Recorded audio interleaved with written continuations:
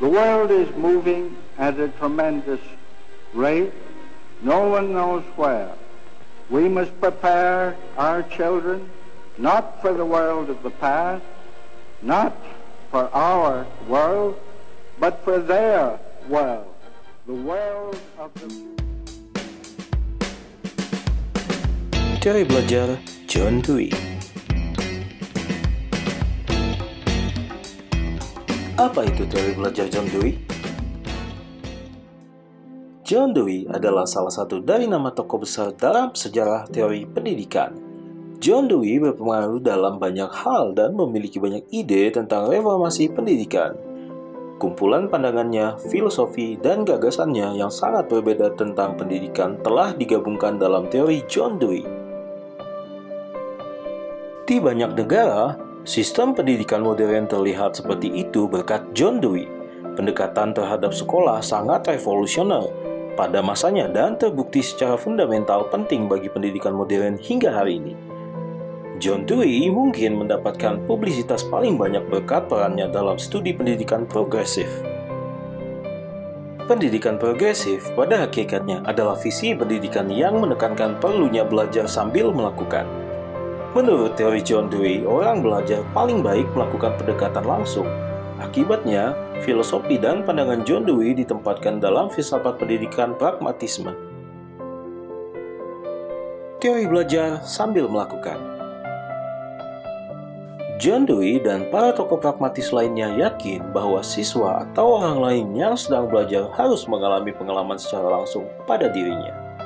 Dari sudut pandang pendidikan John Dewey, ini berarti bahwa siswa harus beradaptasi dengan lingkungannya untuk belajar.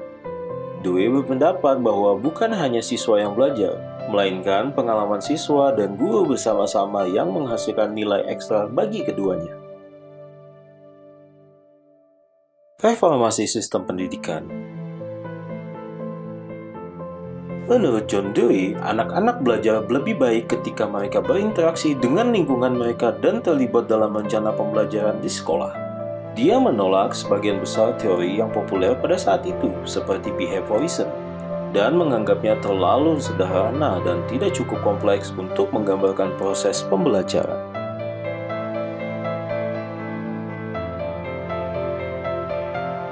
Pada masa itu, di penghujung abad ke-20, banyak orang beranggapan bahwa anak-anak adalah penerima pengetahuan yang pasif.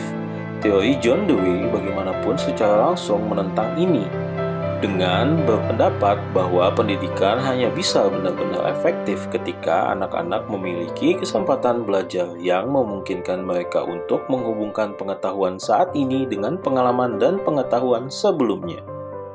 Ini adalah ide terobosan baru pada masa itu, khususnya bagian yang berkaitan dengan pengalaman belajar, di mana anak-anak bersentuhan dengan lingkungan mereka adalah revolusioner.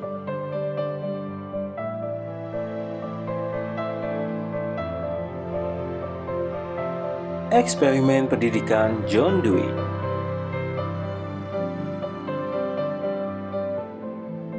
Pada tahun 1919, Dewey mendirikan The New School for Social Research bekerjasama dengan rekan-rekannya Charles Peirce, James Harvey Robinson, dan Wesley Israel Mitchell. Ini juga merupakan sekolah eksperimental dan progresif yang mendorong pertukaran ide secara bebas di bidang seni dan ilmu sosial. Ini mengajarinya bahwa siswa secara khusus harus fokus pada interaksi dengan masa kini. Teori John Dewey bagaimanapun tidak menolak nilai belajar tentang masa lalu. Kurikulum interdisipliner.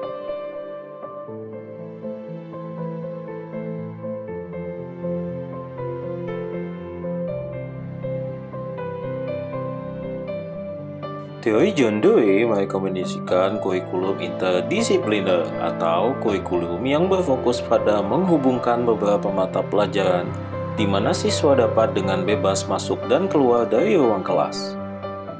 Dengan cara ini, mereka mengejar kepentingan mereka sendiri dan membangun metode mereka sendiri untuk memperoleh dan menerapkan pengetahuan tertentu. Dalam setting ini, guru memiliki peran memfasilitasi, Menurut John Dewey, guru harus mengamati minat siswa, mengikuti arahan, dan membantu mereka mengembangkan keterampilan pemecahan masalah. Nah, penerapan belajar seperti ini memang belum banyak diterapkan di Asia ya, apalagi di Indonesia. Menurut Dewey, guru seharusnya hanya memberikan informasi latar belakang dan meminta siswa bekerja sama dalam kelompok mengenai konsep tersebut. Ini harus memulai percakapan dan diskusi, dan menimbulkan minat siswa untuk berinteraksi satu sama lain. Tetapi ujian tertulis akan terus memainkan peran penting, terlebih presentasi, proyek, dan teknik evaluasi lainnya digunakan untuk melacak kemajuan.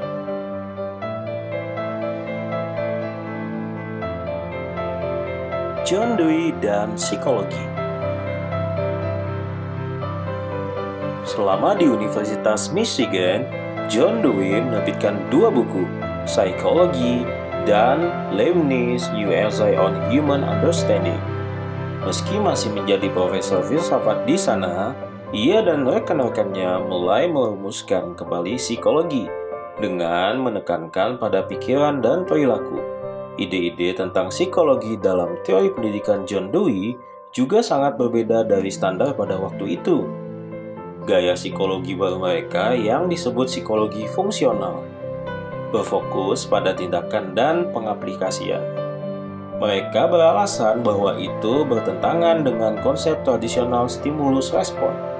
Meskipun dia tidak menyangkal adanya stimulus dan respon, dia tidak setuju bahwa ini adalah peristiwa individu itu sendiri. Dia mengembangkan gagasan bahwa ada bentuk koordinasi tertentu yang meningkatkan stimulasi melalui hasil masa lalu. Nah, setelah mengetahui teori belajar ini, menurut kalian, apakah konsep teori belajar ini cocok digunakan di Indonesia? Oke, thanks for watching. See you next time and bye-bye.